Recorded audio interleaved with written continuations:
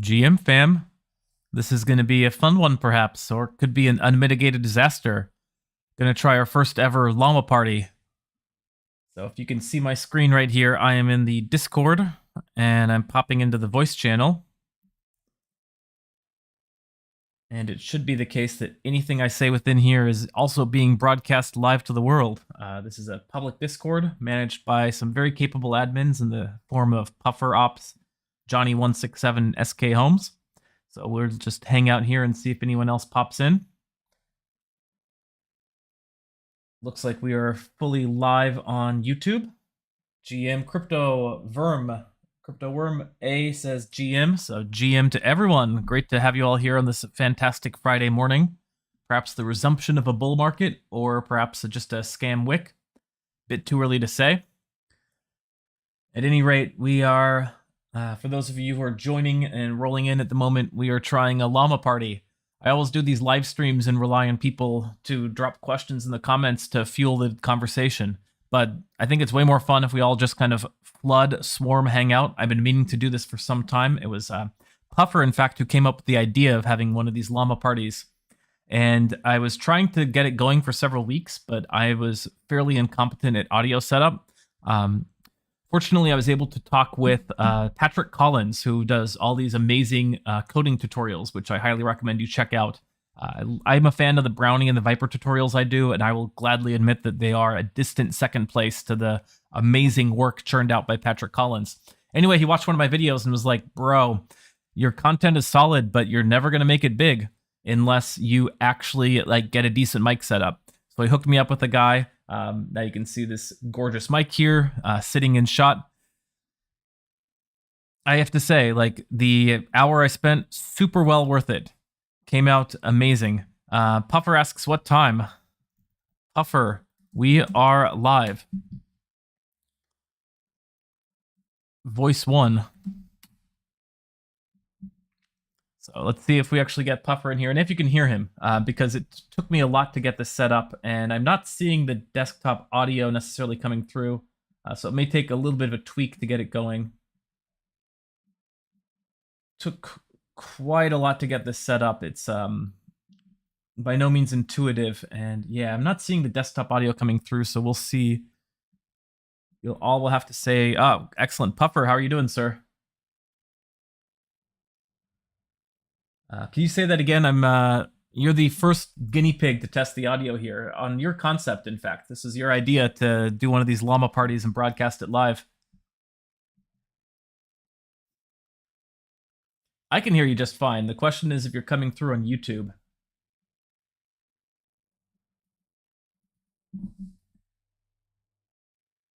Oh, nice.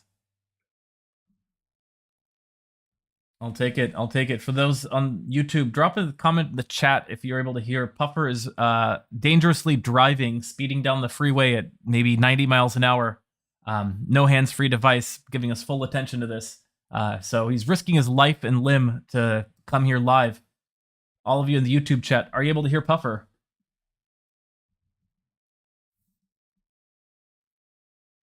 And negative YouTube. All right, Puffer, you are you're able to say whatever you like, and no one's gonna be able to hear what you say.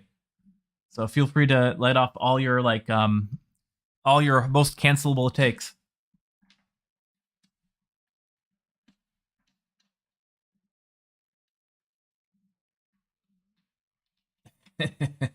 That's pretty safe. Those of you who couldn't hear, not to worry. Puffer's not going to get himself canceled any more so than he already is. He toes the party line, he says. Is it safe to refer to you as he? I never know these days.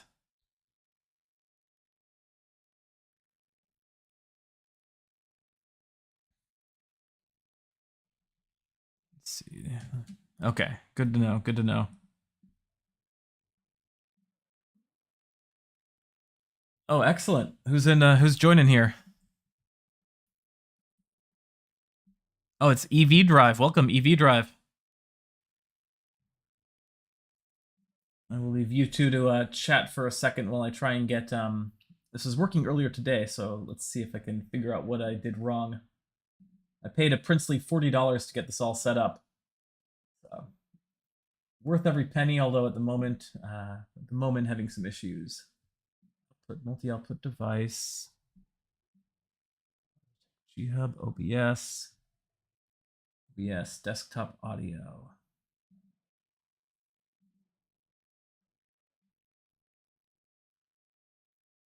You want the alpha?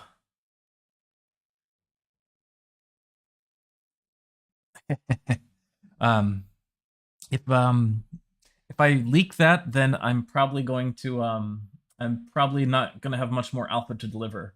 It'd kind of be a one-time alpha leak, and then Michael would probably hunt me down or get me in the court of law and try and make sure I never leaked again. So unfortunately, I'm not going to be leaking anything.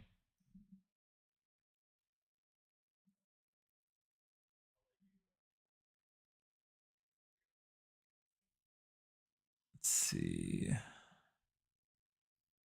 Invites now, integrations, definite user settings, voice and video. Okay, here we go. Default multi-output device. All right, let's take a. Did that stick? That didn't seem to stick.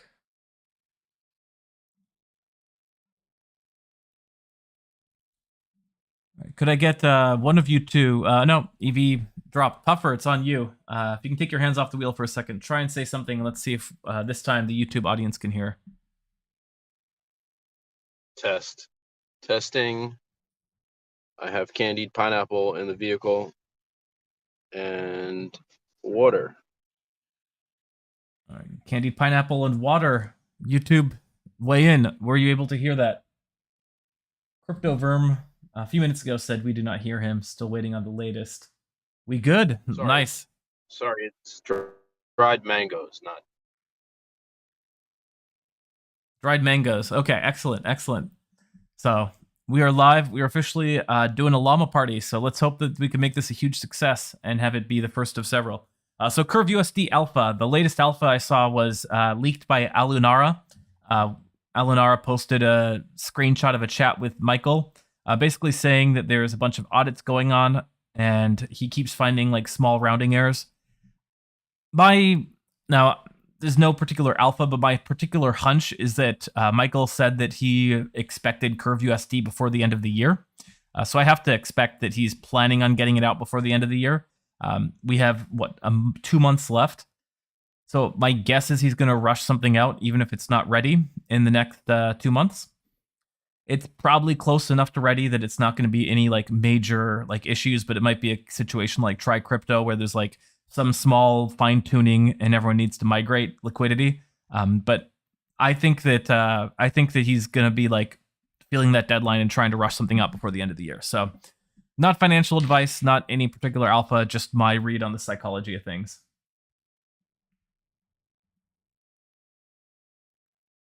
KG echoes, water and dried mangoes, breakfast of champions. Let's go.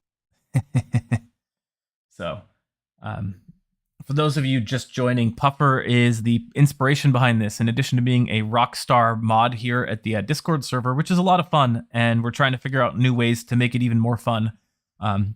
Suggested this idea in the first place, suggested why don't we just like have like a big old party, get everyone pop in and talk about all the aping we're doing, all the moves we're making on chain, all the DeFi wisdom, as well as just having a good time because it's Friday. So anything you'd like us to talk about in the comments, please drop it. In the meantime, we could just talk about any aping that we've done in the past week. Puffer, are you a big DeFi user these days, or are you just kind of sitting on the sidelines waiting for stuff? I am not. I'm sitting on the sidelines. Got it. Is that because you don't feel you can afford DeFi? You don't see any opportunities? You're more of a TradFi person? You're like a Fed? What's the situation? I'm not a federal agent. You have to say that, though, even if you are, so. No, I'm too poor to use DeFi, and I feel like just holding ETH is like, and like getting interest is just like, for me, I just have a lot of ETH. I'm just staking half of it at various Lido, etc., etc. So I just feel like for me, I don't have that much money. It just makes sense. Yeah, I hear that. I hear that. Now you have Ethereum. Are you said you're using Lido? Any interest in using like some of the newer ones like frxETH or JPEG'd pETH? I I kind of want to. I'm hoping to like put eight ETH into like Rocket Pool uh, when they have a lower option. Do something like that. Uh, Mm-hmm. it's kind of what I'm thinking about. I have a bunch on Argent with their ZK Sync Lido like batch thing or whatever. So I'm looking into some other things. Nice. How about yourself? So I have spun up some validator nodes, and I've been staking my ETH using that. It's been a bit of an adventure. So I had like the worst time getting it up and running. But in hindsight, it was actually super easy. I was just an idiot. But some of the I've had like nothing but issues actually getting up and running until like when I like made the first deposit and it went live. It wasn't actually hooked up properly, so I was just sitting there burning my ETH for like 6 hours while I was figuring out what was going wrong. Since then, it's been okay, but I have to admit that like the staking yields on ETH, if you're running a validator, if you just start off, it looks like about 3% if you're doing everything perfect. And then every mistake you make, you're like losing money for every minute you can't figure it out. So I started at like way below 3%. And I was kind of like frustrated because I was looking at all the different yields for the wrapped ETH. And I was like, I can't believe it. Like, I spent all this work. I spent like, like $1,000 buying this computer to even stake in the first place. And now I'm just losing money. What did I do wrong? Now, that being said, like having done it for a little bit, it's actually like, it's higher than it first looks because the base rate for each block is like a 3% APY rate. But then once every 50 days or so, for every validator you have, it gets selected to generate a block. And when you do that, you get like all the tips from that block. So that right there gave me like a quick 10x on the normal returns just in one block. And that kicked it from like a 3% to above a 4% rate. So I'm feeling a little better now that like that's going and that's fine. And if I do MEV on that, I'll get like even higher. So feeling a little better about staking nowadays. But separate from that, I'm mostly staking my ETH into NPC NFTs, which I think will be worth significantly more than an ETH, not financial advice. Nice, nice. EV Drive, you are back.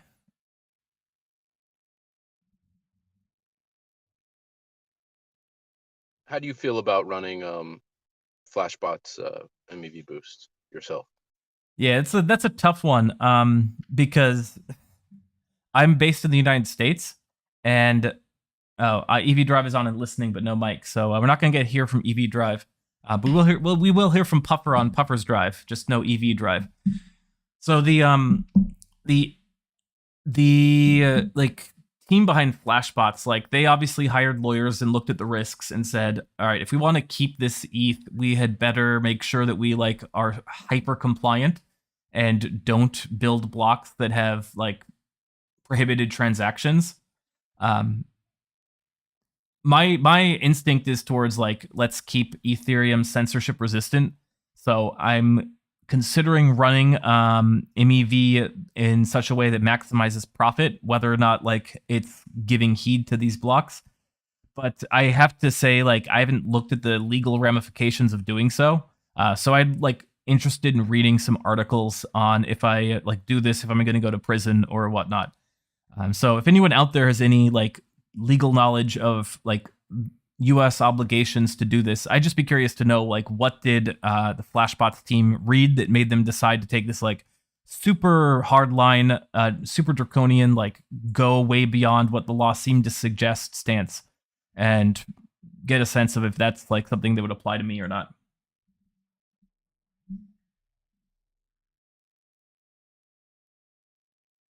Yeah, it's interesting development.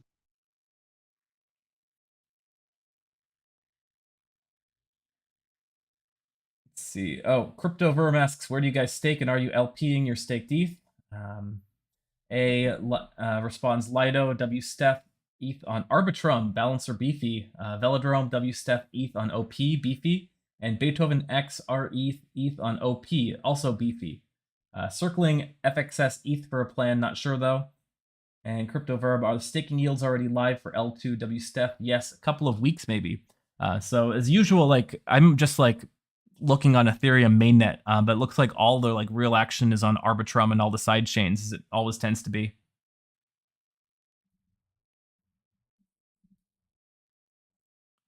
I really have to get myself onto Arbitrum because I just like read all the innovation that's coming out of Arbitrum.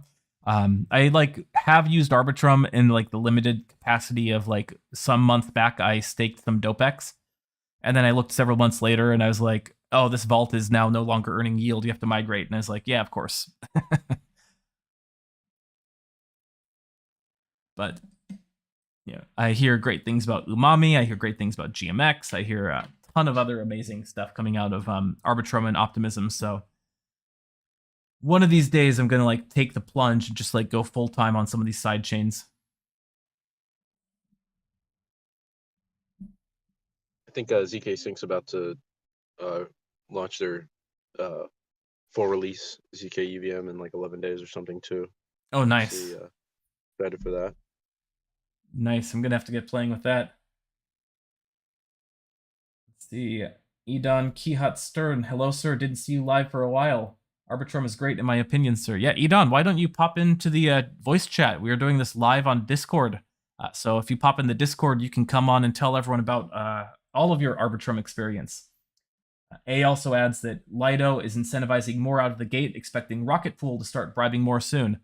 Yeah, I'm so bullish on Rocket Pool. Like I have like some ETH left over, and anything I'm not putting into NPC NFTs, I'm considering putting into Rocket Pool. Like so when I was getting things set up, like the Rocket Pool team, like their lead dev took some time out of their day to like look over my setup and tell me why I was being an idiot.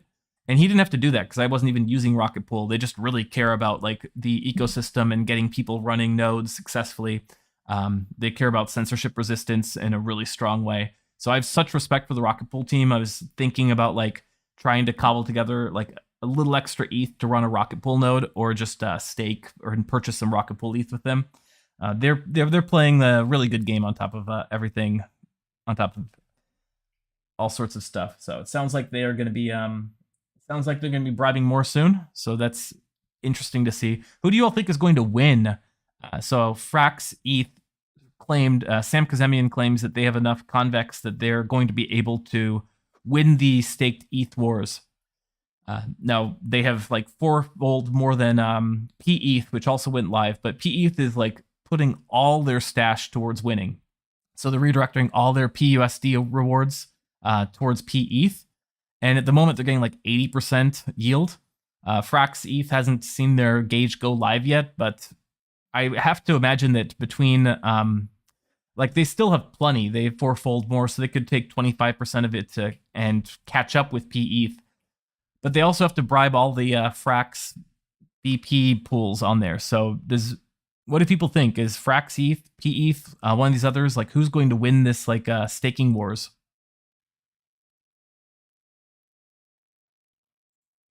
See if anyone comments. Go ahead. What do you think? What do I think?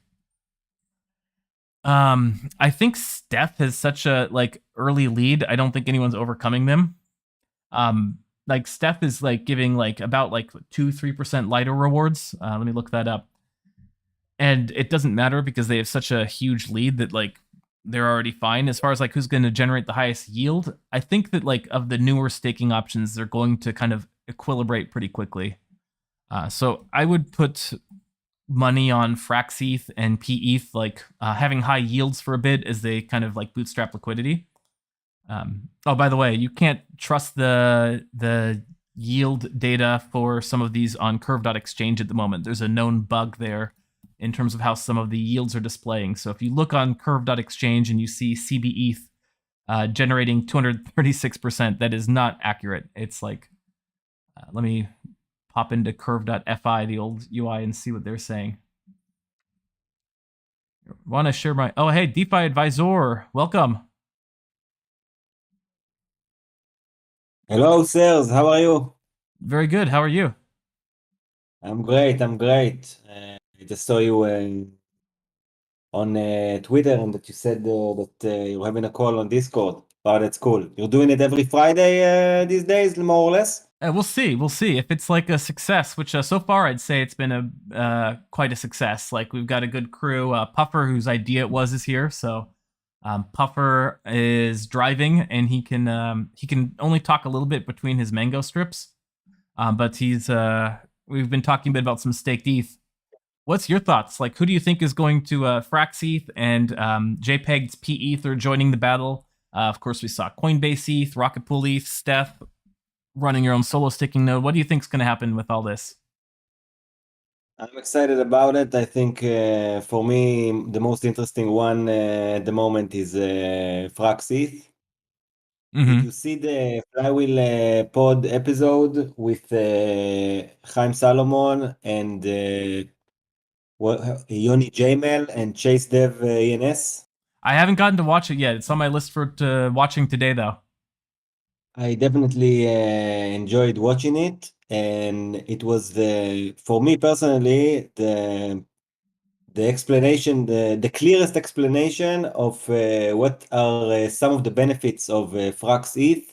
And I really think it's great. Like I know that if I had like big amounts of ETH, I think it would be the main thing that I would go for.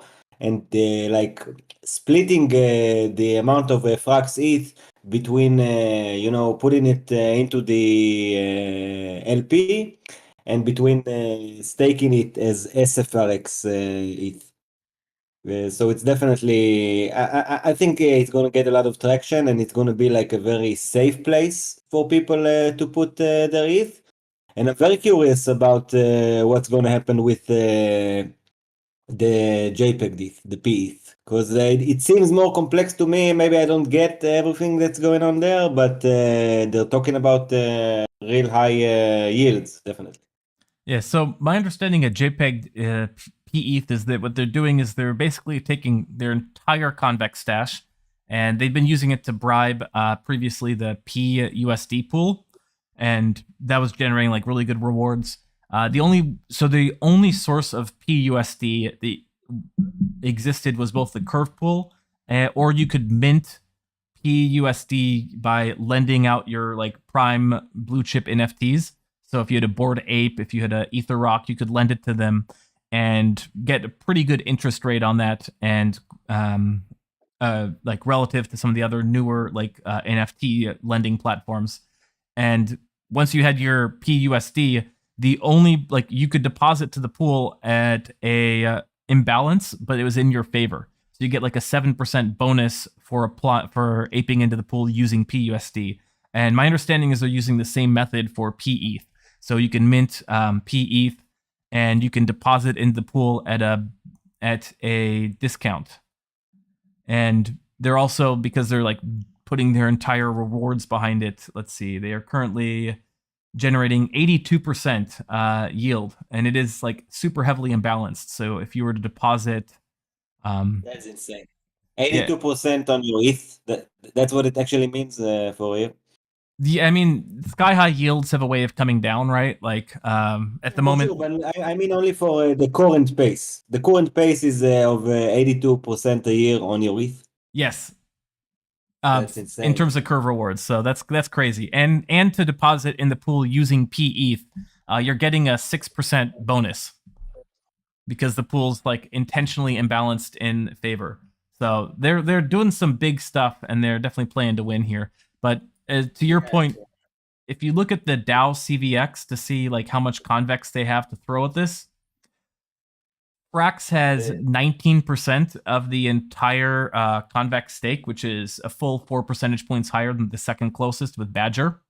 And JPEG, which is still a substantial stash, they're at 5.3%. So Frax has 4x the amount they can throw at this.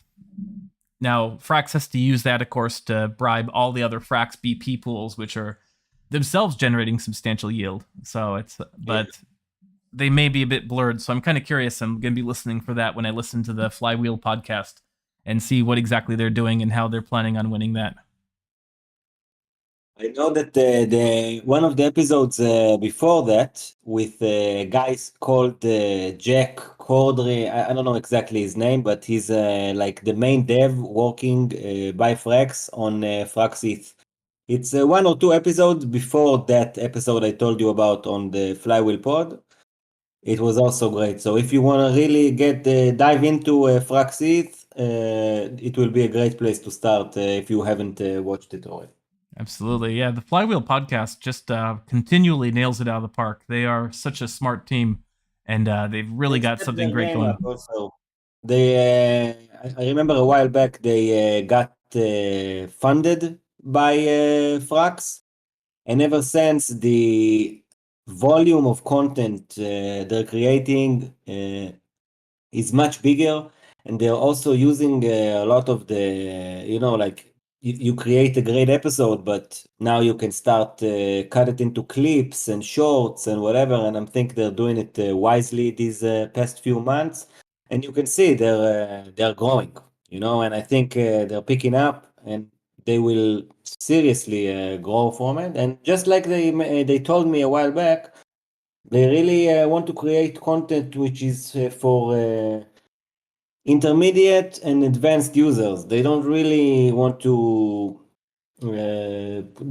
put out a lot of content which is for like newcomers. And I think in a way it's similar to what you do, because a lot of your stuff I remember like early on I couldn't even understand, two words in a normal sentence because it was all like terms that, okay, what does it even mean? Like, the pool, who even knows what they're talking about?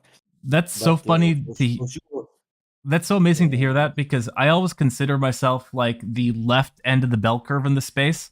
Like I read these like super like advanced like delta neutral strategies, and I'm just like, I have no idea what's going on.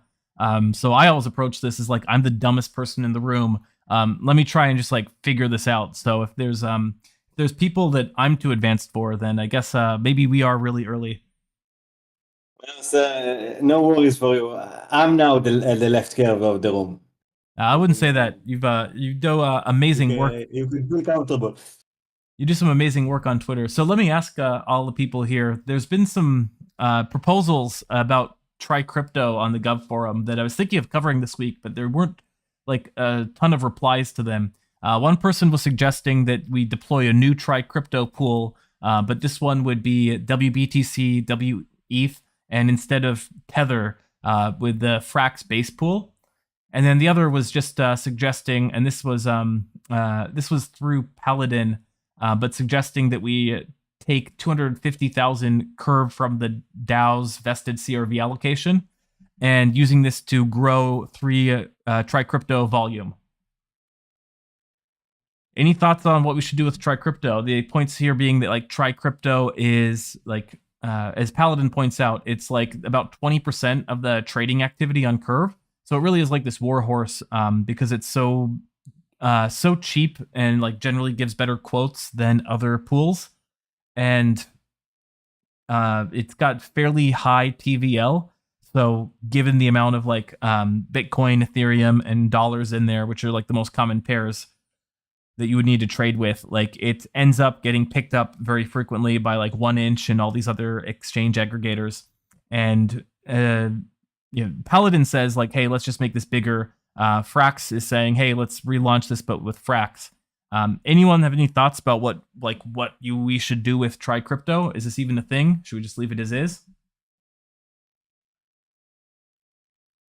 Can I ask you what will be like the benefits or the differences if between either we keep things as they are and these are separate pools, one Try Crypto and one, like you said, the Frax base pool, or so okay, what happens on this scenario and what happens on the other scenario when you create kind of a combination, or whether I also I thought that like the Frax base pool is more of a, I don't know the right word to choose, but it's like a different an alternative for the tree pool, not the try crypto pool, but maybe I'm mixing stuff and I'm not getting stuff. I would like to hear what you're thinking about it, because I definitely don't know what really will be the differences if we choose one or the other or whatever.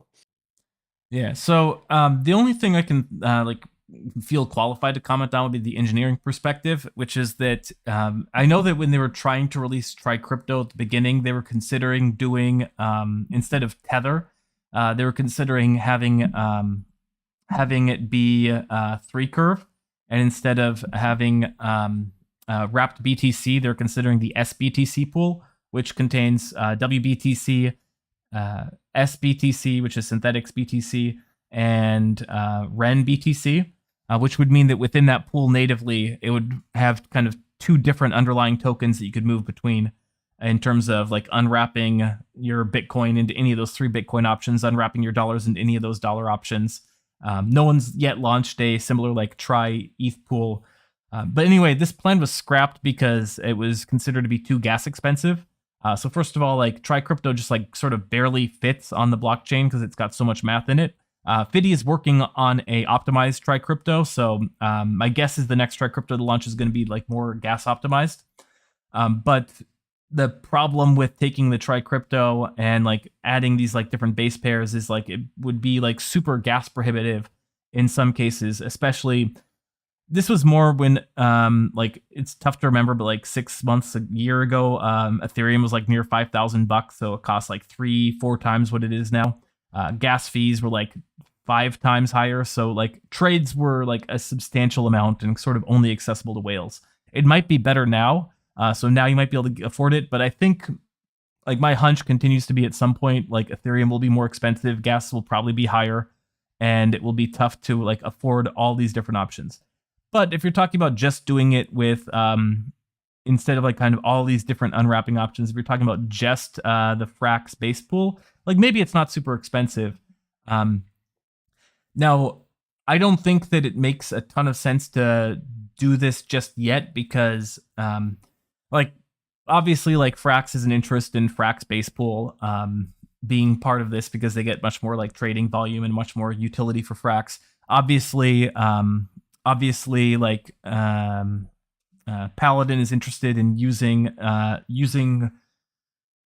the 250,000 curve to incentivize this because Paladin takes a 2.5% fee, so like that's good money and good use case for Paladin.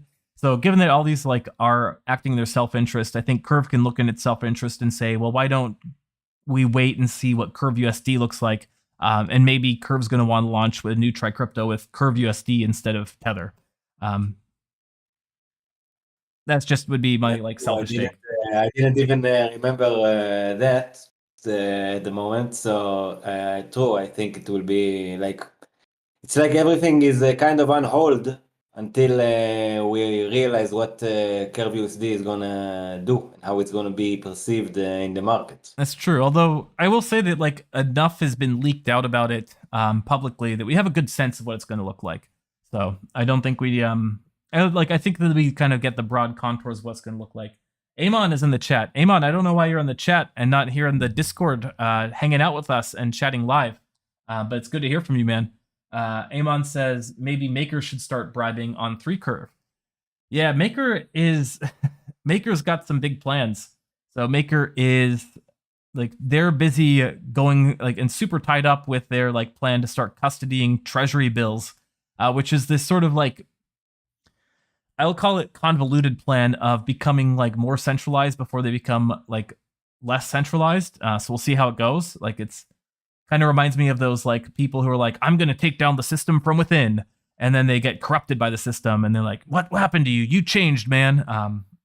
My hunch is that Maker's never going to get to that, like, never going to get to that point of becoming like more decentralized and stepping away. But we'll see what happens. Now we know long term, if this does go through, Diligent Deer wrote up an incredible piece for Crypto Risks talking about some of the effects of Maker and their move towards like doing this. And like part of it would be that they'd allow DAI to float off peg, which is essentially going to kill off 3curve. So Diligent Deer made the pretty bold recommendation of like, why don't, instead of like using 3curv as like the token that we accrue fees in, why don't we move it to try crypto LP or something else? And Amon is asking just that, like, what? So Tamon says Tether could take their sweet internet yields on cash and bribe the try crypto pool. They could do that, yeah. Like, let's get some of the biggest players like USDC, USDT, and DAI are all getting a free ride with 3curv. So why not, now that they're getting like 5% yields from their treasury bills, which they're forced to hold legally, why don't they start using that to bribe Curve? We'll see. We'll see. What if you could opt into collecting trading fees in 3curv or try crypto if you'd rather have crypto-centric payouts? So I really like the idea of try crypto as the pool, as the fee token, because it's got the 3 assets I like the most. So. Hey, Diligent Deer is here, speaking of which. As is Zero G's, here I am, like, yakking about all of you, and you're saying good things, mostly, and you're here in the room with me. Diligent Deer, Zero G's, how are you doing?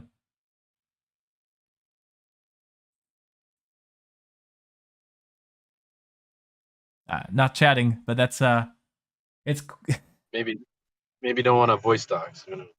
That's true. That's true. Maybe we have to start getting those, like, synthesizers for people. So we're like, Diligent Deer, how are you? I am very good. This would actually be great. I think that a lot, definitely some people that aren't recording anything on voice will start talking, and I really think the amount of content, I know it for myself and for what I'm trying to do as well, and I still haven't crossed that bridge, but once you start putting out voice content and video content, the sheer amount of content you can share per minute or per hour is like exponentially bigger. So I definitely enjoy what you and other creators are doing on that front, because it simply allows like to learn a lot more and a lot faster, you know. And here, like for me, I really wish that Diligent Deer and Zro GZ, I don't know about EV Drive and Puffer, but I'm sure that they know a lot as well. And when you start listening to folks talking and expressing stuff, like sometimes things just click. It's like I told you when I listened to the recent interview with Chaim Salomon on the Flywheel Pod.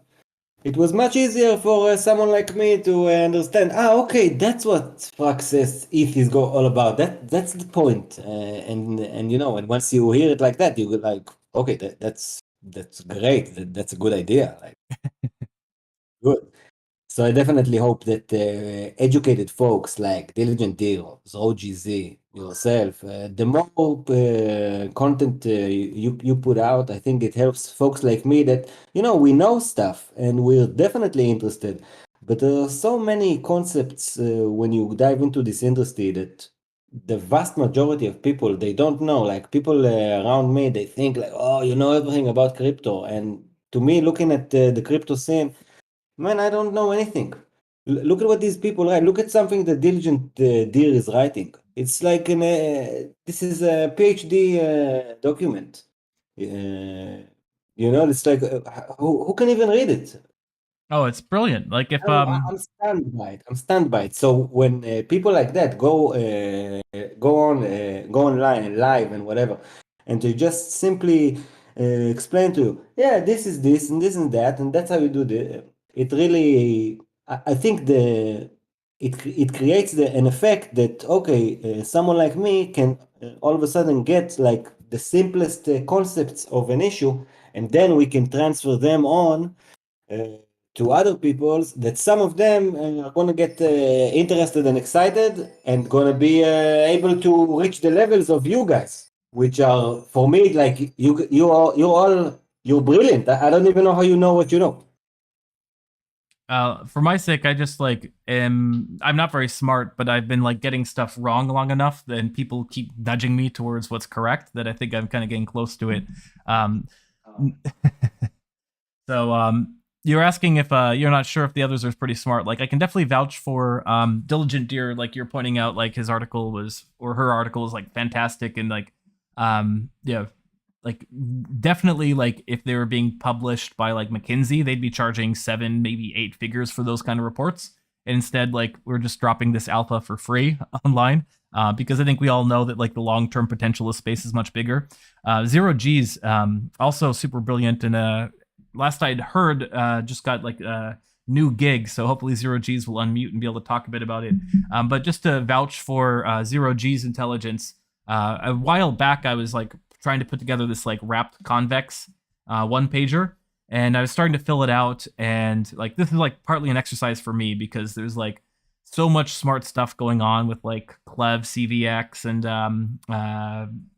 and all the different Pyrax options.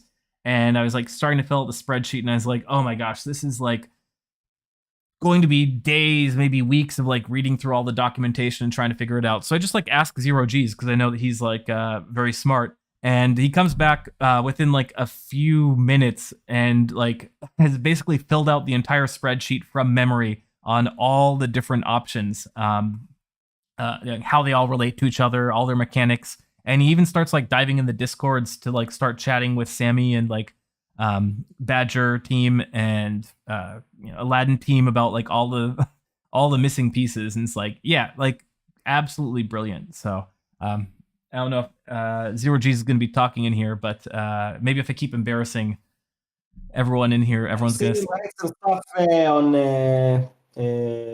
like he's also a community booster for Aladdin's programs of Concentrator and Clever. So I saw ZeroGZ write some stuff there. That's how I remember his name. That's Zero G's. Yeah, like you're surrounded with brilliant people in this space, and if you stay long enough, you eventually you'll become smarter. It takes a while, but that's the one thing I feel like this cannot compete with is like if anyone ever watches the Aladdin DAO Bool meetings, like you get to really see like the brilliance on display there. Because they basically have just like already got like the people who are like way right of bell curve to me, super brilliant, and they're just like going through these things and trying to figure out where can we make money off this. And then like 2 months later, they launch like a crazy product that's like yeah, their pace has really picked up lately this past 2 months. Personally, I don't say it because I know it. I say it because I feel it, but for me personally, ever since Lanero got involved, you know who I'm talking about? The one with the doodle. Mirror, the publishing protocol. Lanero, you know what I mean? You know who's Lanero from Aladdin? Oh yeah. I'm sure you know. So for me personally, ever since I've started noticing that he got involved with Aladdin, I don't know if it's really about him dropping in with his experience, because I think he has a lot of Web 2 and startup experience from what I remember. But personally, it feels to me that like about a month or two after that, the pace of Concentrator and Clever is like becoming quite astonishing to me. And I have to say that I did not expect Clever to become such a huge player in the convex game. Like I didn't see it coming. Like, okay, they now got like 1% of all the CVX supply, a third of what Frax is having. Oh yeah, they're checking. They're Clever's at 6.3%, so they're already past JPEG. They're already yeah, they're killing it. Happen, They passed Mochi. And, so my read on this is that like people within DeFi appropriately when they see futures, they get excited. Because like if you're building futures products, you're building the big brain stuff that's going to like make money, allow for like things like leverage. So of course, like Clever is like knocking it out of the park. I actually have to admit, like I don't usually like or always like I like write about all these things and like I invest in so little because I'm poor. But Clever, I did end up putting a little money into the Clev CVX pool. and because I had some convex flying around that wasn't doing anything, so I tossed that into their farming program. So I'm now farming some clever, and then I threw some. I think I might have thrown some money into crv.ETH as well, because it's getting at the moment, like if you do their farming, it's 109%, which is absolutely crazy. So like you talk about like, you know, all these like various V2 pools, like I'm usually afraid of like losing money. But if it's a token I'm super bullish on, like Clev, and it's paired with Ethereum, like I'm happy to LP there because like it doesn't matter which way it becomes a balance because I want both those tokens. So that was like a no-brainer for me to toss like a little ETH into the Clev ETH pool and give myself some exposure to like the possibility that like I might get more Clev or I might get more ETH. They're just doing such cool stuff. For sure. You do it directly from the Clever app? So the way that it works is if you want to deposit into these, you have to first deposit onto Curve. So you have to go on the appropriate Curve. Let's say you have some ETH lying around. You go put some money, make sure you're doing the right one, because there's two. Make sure you're doing the one that like has money in it. You can deposit some ETH into this. And then from there, you can take your LP token to the Clever website and deposit it here. You can't like zap into it directly from Clever? I think No, they told me something about zapping in. not that I'm aware of. Okay. It's possible because like there's so much information in this space. Yeah, I think it might be the case that it now is, because I remember talking to them yesterday on the Discord about something, and they did mention something about zapping in, Oh, and I okay. think it was about stuff like that. But again, I didn't do it myself, so I don't want to give any like I don't want to say that I know it for sure. But from what I understood, you can now zap in, you can't zap out. Nice. So if you want to withdraw it, you do have to do it like you said, because when I did it on a concentrator, it was like new for me that I got this LP token, which I didn't really ever use and knew what it is.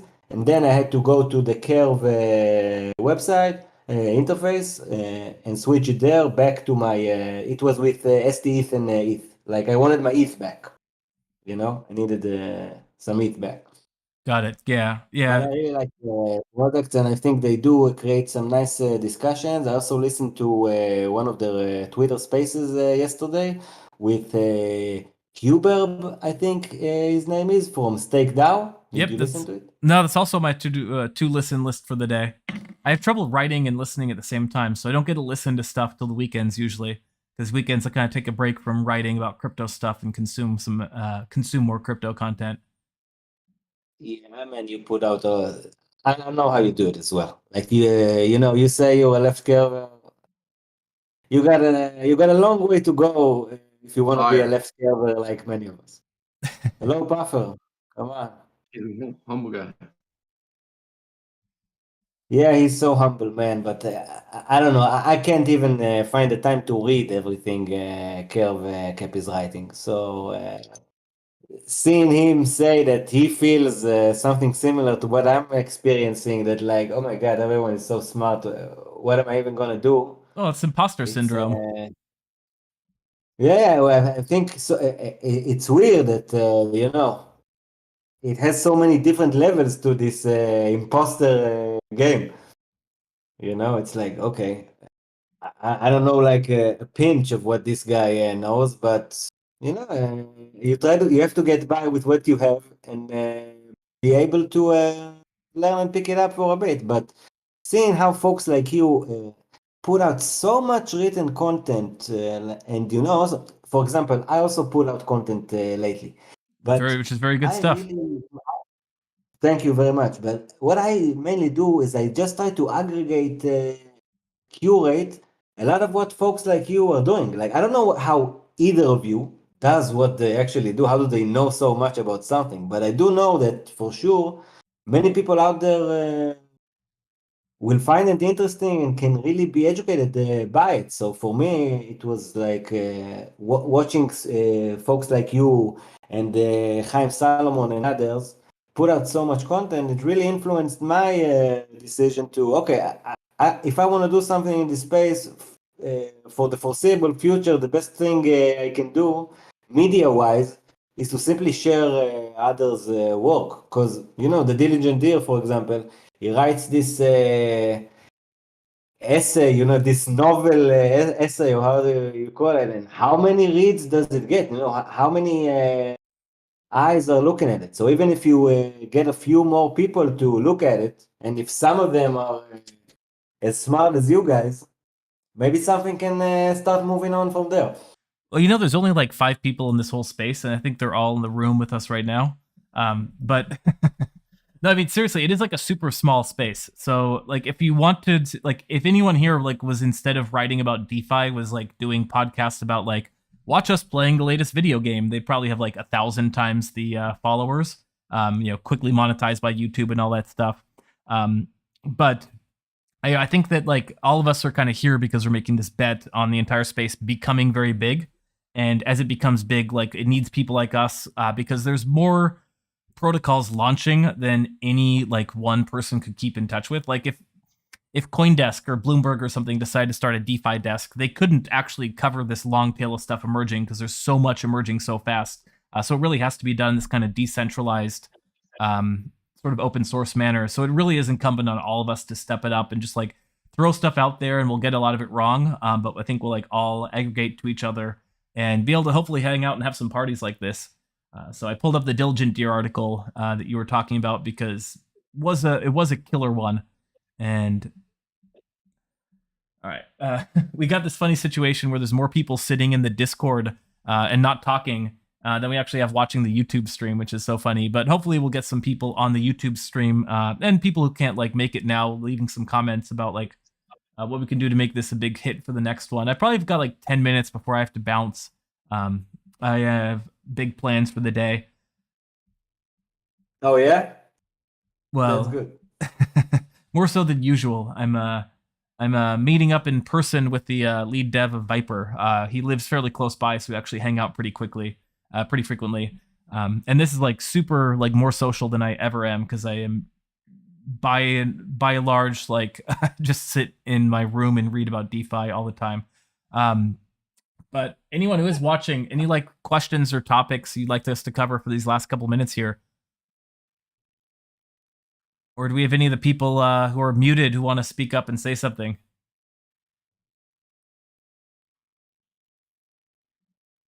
Oh, here we go. I see something. We were sending some messages in the video chat. Zero G's, yeah.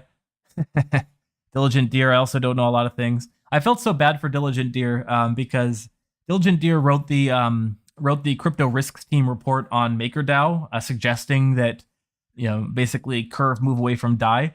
And like, just speaking from experience, like after the last person who threatened DAI publicly, to my knowledge, was Do Kwon, right before like somebody, and it's still not known who, decided to start like aggressively shorting the Luna token, causing the death spiral that's put us in this horrible crypto winter. So it like my take on this is that like well, Maker is the largest by TVL, and they they are like gigantic, and they're like, you know, if you come at the king, you best not miss. So I was like imagining like, okay, like Maker whacks Doe, and now Diligent Deer's going after Maker, so like Diligent Deer's gonna get whacked by the Maker Mafia. So I did like some screenshots or like photoshops to that effect. And Diligent Deer on Twitter was mentioning that they were very unsettled by these images, and appropriately so. So I was like, I was worried that I scared Diligent Deer away, and he was like afraid. Okay, Zero G's in the Discord chat says we were sending some messages in the video chat. The little red flag next to the call channel. Oh, there it is. There it is. I didn't see that. Sorry, new computer, don't have mic set up. Man, so many smart people in the space. DeFi Advisor putting out some high quality stuff. 100%. Great job with everything that you do for the DeFi Advisor. I have to say, like, there's some mornings I wake up and I'm like, oh man, I haven't had my coffee. What am I going to write about? And I just like browse through your newsletters for inspiration. Like just people out there, like people who are just like aggregating all the content is fantastic. Diligent Deer says 100% agree. Even the crv.mktcap daily newsletter is amazing to read through the hot topics in the space. Yeah, I feel like I'm trying to do something different from like what like you are doing, DeFi Advisor, and a lot of the big brains like Chaim that you mentioned. Like I think the strategy for success is not what I'm doing, because not necessarily what I'm doing, because I'm just like focused aggressively on Curve. But that limits like my readership to the fans of Curve. Like there's a lot of people who just straight up hate Curve. And same with Viper. Like I post on Viper stuff, and it's like 2% of the devs. So I'm like super getting niche into things, and as a result, like I don't cover a lot of topics. Whereas I think like what you're doing, and I see like a few other like Rect Diomedes is doing a great job of this. Lynn's Leverage is doing a great job of this, where they just like cover the broader space, and as a result, there's a much wider audience. And like people who do that, like I think rocket to like success way quicker than me. So I think that there's a lot of room for people to do these kind of daily roundups and get a lot of stuff. Like for my sake, like it's useful because if people are like they have a question about Curve, they come to me. Or if Curve is like a big release, like I get like the karma from that. But I think the people who generalize just have like a wider like list of topics. Like for example, like I don't know if anyone's noticed, like I've never talked about Elon Musk, and that's all that's going on Twitter this morning. And if like I'd imagine that's what like a lot of the people are going to be writing about is like Elon Musk. And for my sake, I remember like it was a year ago when like everyone was also again concentrating on Elon Musk, and that's because he was like talking about Bitcoin and pumping all of our bags. And I'm like, I don't care about this guy. This doesn't affect me. So I don't think I ever mentioned his name once. Yeah, for sure. But I think that exactly what you're saying, it allows you and others that do similar stuff to get so much deeper on what you that one thing or a few things that you've chosen. And for example, you're saying that you're going to have an afternoon with one of the most important personas in Viper, which I know you're so much into. So, like when you do choose a specific niche and you dive into it that deeply, the amount of brain power, the elite, the top brain power that it can draw to you is by far like look at how someone like the diligent deer all of a sudden is interacting with you, because who will explain about Curve the stuff you know? Like who can do it? I seriously have no idea. Also, you know, Curve in a way it's a protocol that it doesn't like Mikhail Agorov doesn't tweet. Charlie doesn't have a Twitter. Like I'm sure there are all kinds of like figures in the protocol that I don't even know of. Like there's a lot of mystery around it. And also on the other hand, I remember that like almost half a year ago, you shared a video of in one of your articles of Mikhail Agorov on it was like an interview on the not an interview, like a panel, and some lady from the WEF was there and some others, and for me it was like, oh my god, how does this guy know that this thing happened? Like I would never see this video if you don't share it, you know, like it's not I wouldn't have access to it unless someone who is so deep into it knows it's happening because you're that deep into it, and then you share it to your niche audience. If folks like me that are interested in knowing about all these niches, even if not that deeply, but it's like, oh my god, look at what these guys are doing, and these guys, and what if these guys talk to these guys and started working together? Mm-hmm. And I definitely think that for me, it also like it made me see Curve on a different level, because I was like, oh my god, this is how this guy really sounds like. Like this is Mikhail Agorov. This is how he sounds like. He's that smart. You know what I mean? Like I know he's smart. I know he can make math that like looks like a hieroglyph to me. But seeing the math is not like listening to someone start speaking, and it's like, oh my god, this is an educated person. This is someone who knows about society and life as well. It's not all about that. I think that I find it very often that people who are like, totally engineers and it's like very technical and very realist and like doing like non-humanistic style, like, they're not philosophers. They are not I don't know, comedy writers or drama writers or whatever, like authors or whatever. But you listen to them talk and you feel as if they are so much more educated in many ways about life than the vast majority of people who, for sure, won't understand their math and technical skills, but they can't even match their ability to have a broad view on society and justice and morals and ethics and what are we really trying to accomplish with this with this big pool called humanity and life, like where are we really headed, what kind of problems are we trying to solve, how are we helping each other. And Yeah. I also remember that seeing Mikhail on that interview, it was like, oh, he's sitting with the big guns. He's not like he's not Well, wasting his time. So yeah. it also made me feel like this thing has all kinds of connections and supports that we don't know of. We're not shared with. Maybe some do, but the vast majority of us just doesn't. Sorry for all the long rant or whatever you call it. No, I like it The because long you're talking about helping the world, and to that end, like I feel like there's an important topic which we did not leave enough time for today, but maybe we can help the world, and you can offer like lightning round last advice. So our friend Puffer here has been suffering from a problem, I understand, very publicly on Twitter about too much horned posting, frequently getting into like conversations with Carnation, who posts like the most like borderline safe for work content. Too much what? Horned, Too much what? horned posting. Puffer, you're unmuted. Hentai on Twitter. Too much. Maybe he's trying to get a position at Yearn. I don't know how much hentai you have to post to get a position there, but I think he's in line now. So, DeFi advisor, any parting advice on that front for our friend Puffer?